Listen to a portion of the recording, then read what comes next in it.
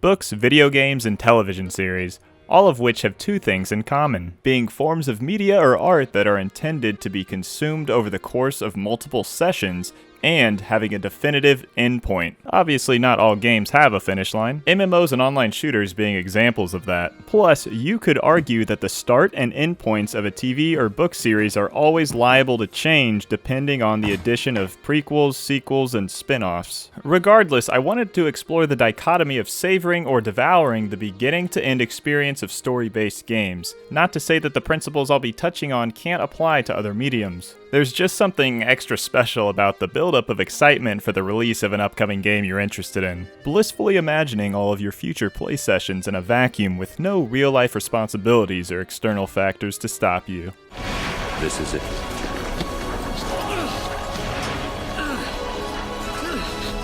This is your story. So what does devouring a game look like? Well, the approach is all about rushing through a game as quickly as possible. That could be because you're excited about the story, you just want to complete it for bucket list purposes, or you might be trying to beat a personal record. Devouring a game means you're skipping cutscenes, ignoring side quests, and focusing solely on completing the main objectives. This is usually accompanied by playing for long stretches of time without taking breaks, just to get through as much content as possible. Where's everyone going? Bingo? Speaking for myself, if I'm in a devouring frame of mind, it's typically because I have a lot on my plate in terms of new releases, and I really don't like abandoning one game for another. Typically, I only buy a small handful of new games every year, and the release dates are usually spread out enough, or the games I'm picking up have a pretty short playtime. But lately, I've had the great problem of a bunch of stuff I like has been getting released or going on sale. Not to date the video too hard, but games I picked up recently include Hogwarts Legacy, The Last of Us Part 2, and Resident Evil 4 Remake. All fantastic games in their own right. I wish I could explore them inside and out, every nook and cranny, but trying to do that and adult at the same time is a large ask. Hogwarts Legacy has been getting abused the most in terms of skipped dialogue and beelining to the main objective in play sessions where I autopilot until 1 a.m. I really just wanted to, play a nice, fun Harry Potter game after work where I get to explore Hogwarts, make friends with my classmates, walk the halls, recognizing things from the books and movies. But instead, I'm just ignoring all my friends. I'm outside the castle 90% of the time doing the main objective. The main objective always takes place outside the castle in like a cave on a mountainside. I'm exaggerating a lot, but what's constantly on my mind is, hey, I need to beat this game so I can get to Resident Evil 4. I'm sure you boys didn't just tag along so we could sing Kumbaya together at some Boy Scout bonfire. But then again, maybe you did. This is likely something that's more of a me thing. I know plenty of people who haven't finished like 80% of their games library. Maybe it's the fact I feel as though I'm not getting my money's worth from the game if I don't beat it all the way. I think that's part of it, but I think about it a little bit more. The true reason is I want the accolades to give my opinion on the game, because, what is your opinion worth if you haven't gone from beginning to end? Not necessarily give my opinion externally, but kind of cubbyhole it into my own mind and rank it amongst other games similar to it. Now you're mine. Wolf, no, you can't. Okay. Oh, I wanted to Sorry, I just want to kill her. Something else that might push you towards the devour side is spoilers. And you can't pretend everything is the same when a new game comes out in terms of media. 20 years ago, picking up a new game from Circuit City or Best Buy GameStop, you get home and you play through it kind of in your own little bubble. Back then, you did have GameFAQs forums where you could discuss the game with other people. This was a very safe environment in terms of spoilers. Really, you only ever had to be careful at recess when your friends would tell you how Metal Gear Solid 2 ends. It's a bit more dangerous today with social media. Back in the day when I wanted to look up an FAQ for a game, I had to run up 2 flights of stairs, 2 stories to the only computer in the house, get that information in memory or print it off and run back downstairs. I thought it was so cool when I first got a laptop so I could just have a computer right there alongside playing PS2. With smartphones, the information is almost too accessible. I know caring about spoilers is kind of subjective, but for those who do, it might be something as small as a YouTube thumbnail or the title of a Reddit post that ruins a moment for someone. The Devour approach is great for those who like to have a wider perspective on the past and current state of the industry. Believe me when I say this, that was 100% my mindset when I had a GameFly subscription. If you aren't aware, GameFly was a subscription service that mailed you physical games to rent. I believe nowadays you can also get games virtually from them, but I'm not entirely sure. Back in the day, you would put the games that you wanted on a queue on their website, and they would mail you those games based on demand. And if you're lucky, you get the game at the top of your queue. Not a big deal if you want a game that's not in high demand, but I remember, for example, I put Mario Galaxy on my list right when it was released in like 2007 or whatever, and I was lucky enough to receive it. GameFly also gave you the option to purchase a game if you liked it enough when renting it, so that's what I did for Mario Galaxy. I enjoyed it so much, and it kind of changed my perspective on what I was doing. I mean, I played a lot of PS2, Xbox 360, Wii games with GameFly. It was actually a fantastic way to farm achievements, but it really puts you in that Devour mindset. Not that that's a bad thing at all. I think I got a more broad perspective on games at that time. I was able to watch the VGAs and be like, yep, played that, where now it's like, I played Elden Ring this year and nothing else, so I hope Elden Ring wins. GameFly still exists today, but sadly has diminished in popularity in light of the acceptance of free-to-play games and virtual purchases in general. Maybe your play sessions are in such frequent and large chunks because you speedrun or play games for others via streaming. Just like anything else in life, consistency is key, and whether it's to reach a new personal best or stay in touch with one's audience, it does take a sacrifice of one's time and energy. I've dabbled in streaming and a tiny bit in speedrunning over the years, and I really dislike streaming my first playthrough of a game I'm interested in. I want my first experience to be pure and not have to worry about the stream output or entertaining an audience. Some streamers might not feel that way at all and wouldn't have their first experience of a game any other way, and that's a completely valid way to play. It's just that the Devour approach of playing games is going to complement streaming and speedrunning way more heavily than the Savoring approach. Well, I suppose for streaming you could play a different game every single day for your audience and still be very successful on that front, so either way you still have to dedicate a lot of time and be very consistent. So major props and shoutouts to those out there grinding. I'm sure some are doing it for the clout, but almost all are doing it for the satisfaction of accomplishing an internal goal.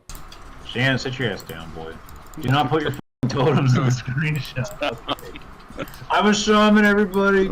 So now that we've touched on all the ways that one would devour a game and why they would do so, let's touch on the other side of the coin, savoring that experience. What exactly does that entail? Savoring a game is all about patience and enjoying every moment of the experience. This approach is for players who want to soak in the atmosphere, uncover all the secrets, and fully immerse themselves in the world. Savoring a game means taking your time to appreciate the art and design, listening to every piece of dialogue, and completing every side quest before moving on to the next area. Have you ever had trouble recalling what happened in a game you beat in less than a few days? Well, it's actually a fairly common experience, as we as humans need time to soak in our experiences through sleep and the passing of time. Time that's spent mulling over the various images, sounds, and emotional beats before we can record them in memory properly. I've sent my right hand to dispose of you. Your right hand comes off? So leading off that, one of the primary advantages of savoring is usually being able to digest the story more efficiently. This draws a lot of parallels to television series that are released on a weekly basis. Your mind is going to have an easier time separating what events conspired in each episode if you have a week's worth of downtime in between, rather than binging 12 hours of plot in a weekend. This is the way.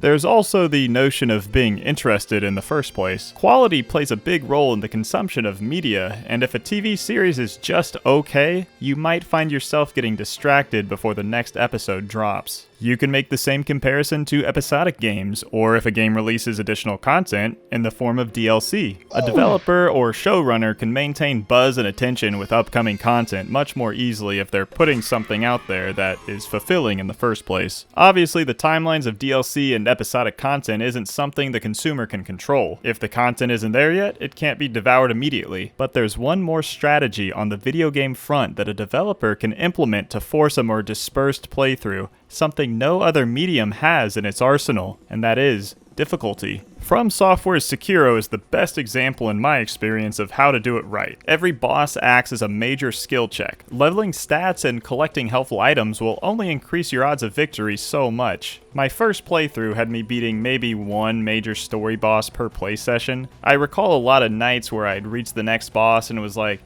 nah, I don't have 2 hours to sit here and fail before I have a legitimate chance to win. I wanted to keep playing to see how the story unfolded and feast my eyes on the next beautiful area, but I knew my chances were going to be much better after a good night's sleep. Not to say this doesn't happen with other games, but I feel, especially with modern games, they tend to give the player an out. Whether that be the option to grind their stats like crazy, summon in help, or just lower the difficulty. And there's nothing wrong with that. Sometimes I do want a more laid-back experience. I don't want to go too off the rails, as difficulty in modern games is a completely different discussion. It is worth noting it can act as a pacer in the playthrough of a game. I also want to give Sekiro props for having multiple routes. Even if you're at a hard stop, there's usually an optional road to take. But out of all the Soulsborne games, Sekiro is the one where you truly need to get good.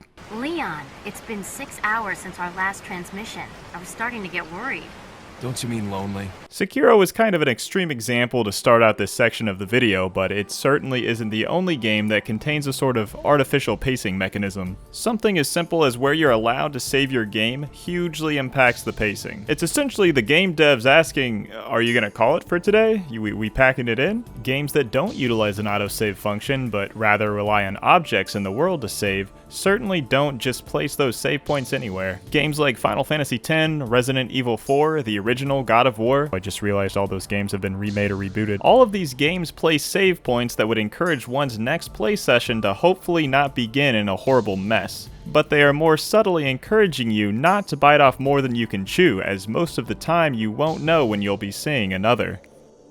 So what about games that autosave all the time, they just let you plow through them, go as far as you want, we're not holding you back? Well, this is kind of what this part of the video has been building up to, and that is having some good old self-control. This certainly isn't a PSA to say stop doing what you love. As someone with a 90+ hour save file in Sonic Heroes, don't take what I have to say too seriously. But you can have too much of a good thing, and prioritizing your health and relationships is just as important as doing what you're passionate about. So assuming that's taken care of, it's important to understand a lot of these games are designed to waggle a carrot in front of you, and it's up to you how much you want to chase it. Planning out your play sessions will likely benefit your overall experience. And I'm not saying they can't be long. Sometimes that's what makes an experience memorable unto itself. For myself personally, that's exactly what happened with the release of Elden Ring. Myself and some buddies prepped for its release in February of last year. Taking time off work and telling our loved ones we probably wouldn't be reachable for several days, we gathered our PCs, snacks, and caffeine in my living room ready to fully immerse ourselves in FromSoft's latest masterpiece. We played Thursday to Sunday night, only taking breaks to nap and bathroom. Did a little bit of me feel like I was missing out on a more intimate experience between only myself and the game? Of course. Screen peeking your buddy who's on a boss you haven't reached yet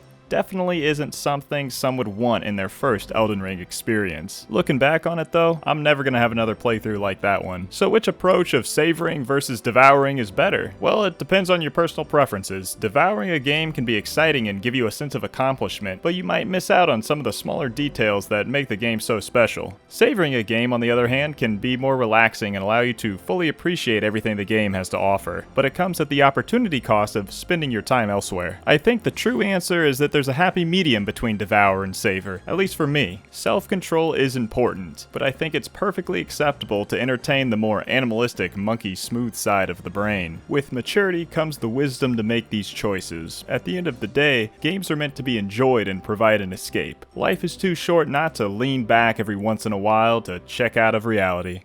Hey, thank you so much for watching the video. This is Shanmania. Thought I'd do something a little different on the channel today. Something a little more subjective. If you have any suggestions for future videos, please feel free to leave them in the comments. I try my best to read all of them. To get my plugs out of the way, I have a Let's Play channel at OG Spin-Dash Productions. Feel free to hit all the buttons. Have a great rest of your day, and don't forget to tip your waitresses.